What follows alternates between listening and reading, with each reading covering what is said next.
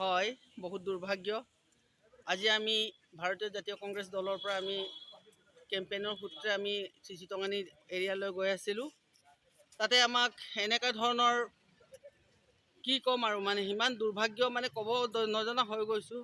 আমি একো নজনাকৈ আমি গৈ আছোঁ নিৰাপদভাৱে, কিন্তু মাজতে আমাক দুষ্কৃতিকাৰী ক'ব লাগিব ভুৱন পেগুৰ যিটো বেৰনীয়া গুণ্ডা, তেওঁলোকে সদায় একেটাই কাম কৰি আছে, একেটাই কথা কৰি আছে।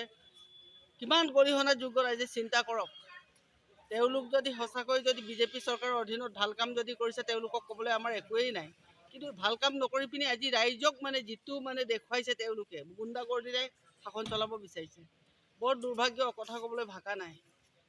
এই ভুৱন পেগুৰ গুণ্ডা বাহিনী আজি ৰাজু মাধৱক জিকিব বুলি শংকিত হৈ পৰাজয়ৰ আশংকাত ভুগি মাটিৰ তলত ভৰি নাইকিয়া হৈছে।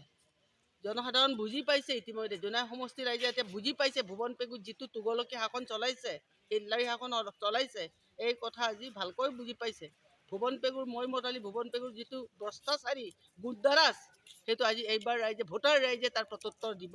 চাই থাকক, 9 তাৰিখলৈ চাই থাকক।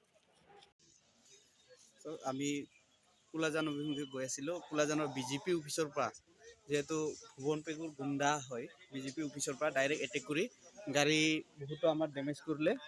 তাৰ পৰা আমাৰ কেণ্ডিডেট ছাৰক এটেক কৰিছিলে, তেখেতৰ গাড়ীখনো ইমানখিনি ডেমেজ হ'ল। চাওকচোন, কোলাজান বিজেপি অফিচৰ পৰা ডাইৰেক্ট অফিচৰ পৰা এটেক কৰিছে। অপেনকৈ কোনো আমাৰ লগত এস্কৰ্ট আছিল যদিও এস্কৰ্টক কোনো সিহঁতে প্ৰক্ষেপ কৰা নাই, তেনেকৈ ডাইৰেক্ট এটেক কৰিছে। আমি এতিয়া চিলাপথাৰ পুলিচ ষ্টেচনত আছোঁ।